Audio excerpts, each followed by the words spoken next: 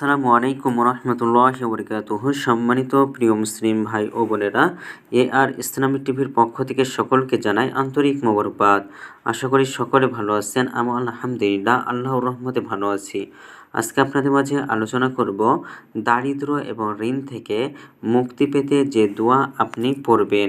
চলুন আমরা জেনে নিই। ঋণ এবং দারিদ্র্য অনেক বড় মুসিবত। দারিদ্র্য ও ঋণ ভারে জর্জরিত থাকলে মানুষের কতটুকু কটু কথা শুনতে হয়। মানুষের কাছে ছোট হয়ে থাকতে হয়। জীবন অসহায়তা হয়ে ওঠে। দুনিয়ার কাজকর্ম যেমন ঠিকভাবে করা যায় না, শরীয়তের নির্ধারিত কর্তব্যগুলো এবং ঠিকভাবে পালন করা যায় না। আল্লাহর ইবাদতেও মন লাগে না। আল্লাহ রসুল সাল্লাল্লাহু আলাইহি সাল্লাম দারিদ্র্য এবং ঋণের বোঝা থেকে আল্লাহর আশ্রয় চেয়েছেন।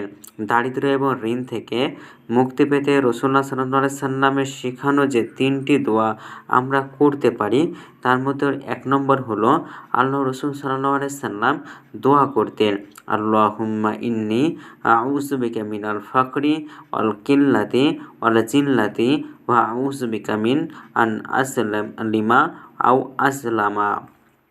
অর্থ হলো, হে আল্লাহ, আমি আপনার কাছে দারিদ্র থেকে আশ্রয় প্রার্থনা করছি আপনার কম অনুকম্পা এবং অসম্মান থেকে, এবং আমি কারো প্রতি জুলুম করা থেকে, যা নিজে জুলুমের শিকার হওয়া থেকে। সুনানে আবু দাউদ এবং সুনানে নাসাই শরীফ।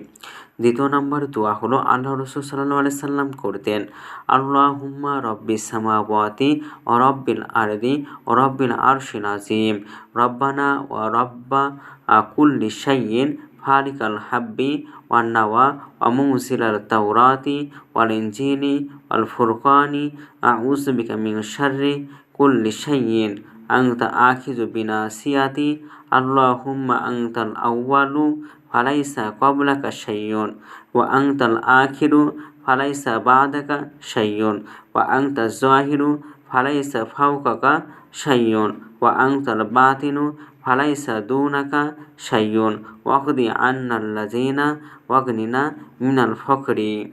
অর্থ হলো, হে আল্লাহ, আপনি আকাশ জমিন এবং মহান আরশের প্রতিপালক, আমাদের প্রতিপালক এবং সব কিছুর প্রতিপালক। আপনি বীজ এবং উদ্ভিদের সৃষ্টিকর্তা। আপনি তাওরাত, ইনজিল এবং ফুরকানের অবতীর্ণকারী।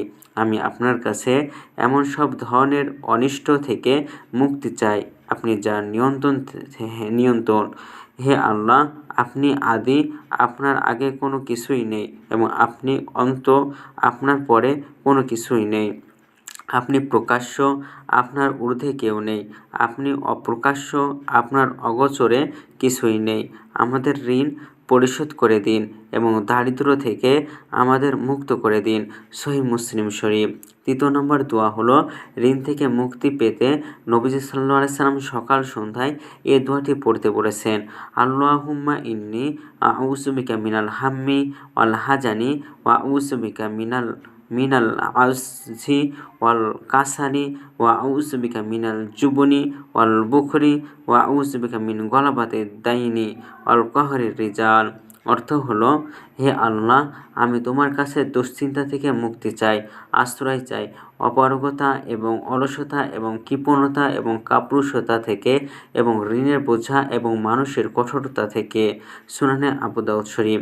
হযরত আবু সাঈদ খুদরী রাদিয়াল্লাহু তাআলা আনহু বলেন, একদিন রাসূলুল্লাহ সাল্লাল্লাহু আলাইহি সাল্লাম মসজিদে প্রবেশ করে আনসারী সাহাবী আবু উমামা রাদিয়াল্লাহু তাআলা আনহুকে দেখতে পেয়ে জিজ্ঞাসা করলেন, আবু উমামা, মসজিদে বসে আছো কেন?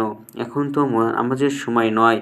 আবু উমামা রাদিয়াল্লাহু তাআলা আনহু বললেন, ঋণ ভারে জর্জরিত এবং সীমাহীন দুশ্চিন্তার কারণে অসময়ে মসজিদে বসে আছি, হে আল্লাহর রাসূল।